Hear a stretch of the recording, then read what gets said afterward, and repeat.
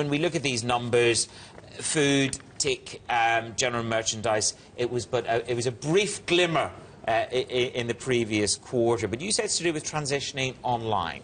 Well, I mean, I think you've got a very strong number online, more than 38% sales increase there, which means that the in-store number is actually a bigger down than the 0.4 that they reported. And I think this is the big problem for M&S at the moment. They've got 200 or so very big stores where the food business is being gradually sucked out to Simply Food stores. The last time they gave us a number, 35% of food sales in Simply Food, but that's probably higher now. And then the general merchandise business gradually going online. And the question is, what are they going to do with these big stores and how are they going to get people back into them? And Rob, that is the conundrum. We saw what Tesco have had to take a substantial property write-down. I mean, I'm almost going back in time here in my head in terms of retailers taking huge write-downs. Do they need to change fundamentally how they do business? I think many of them do, and I think Charles makes a very good point. M&S is already starting to lose a lot of business from its main stores. And remember, M&S is one of the least penetrated web retailers. So there's a lot more coming in terms of more and more people wanting to buy general merchandise online. And therefore, the stores actually starting to take more and more of a hit.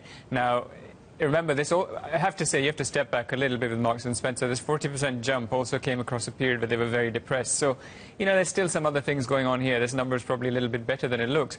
But broadly speaking, I think retailing is still learning to cope with the fact that more and more volume is going to be done online. The stores need to be costed efficiently in terms of less volume coming through, therefore set costs appropriately. And not everyone's learned that lesson. In food, they are slightly ahead, and they're beating the market. I mean, that comes down to quality of product, and that's their traditional strength, is it? Yeah, I mean, it's innovation. I mean, there's 700 new products, but I mean, it is interesting that in actual volume terms, the gap has got much narrower. I mean, basically, they say they had no inflation, no deflation, so the reported number, the plus 0.2 or 3, is a volume increase, but we're seeing Tesco and probably Morrison's and Sainsbury's getting that sort of volume increase now. So in actual, the amount of food being shifted, they're sort of much more back in the pack. Frankly, I'd even quibble with the fact that this company is gaining tremendous amounts of share in food. They love crowing about this, but let's face it, we've got about 0.4% like-for-like.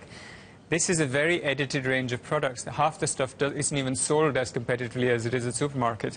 This is celebratory food. Given that the economy, the consumers are feeling better about themselves, yep. Marks & Spencer should be doing a lot better. Well, it's where we go when we feel like actually spending a little bit extra and a little bit of a treat. Let's switch our attention to ASOS.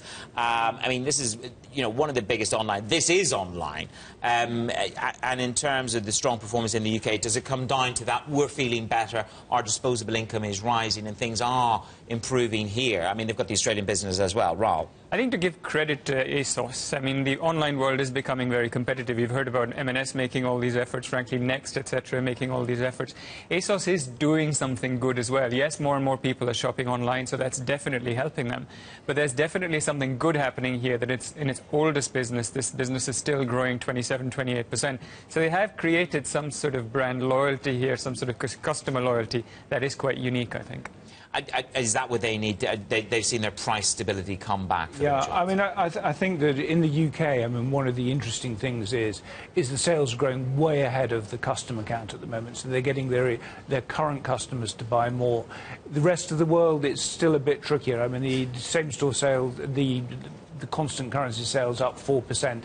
One has to suspect they're still down a little in Australia, which is becoming a much, much more competitive market. OK, a lot more to do for Marks & Spencer's online and rebalancing that portfolio of stores. Gentlemen, thank you very much for putting those in context for us. Charles Allen, Bloomberg Intelligence and retail analyst. Rahul Sharma, founder and managing director of Neev Capital.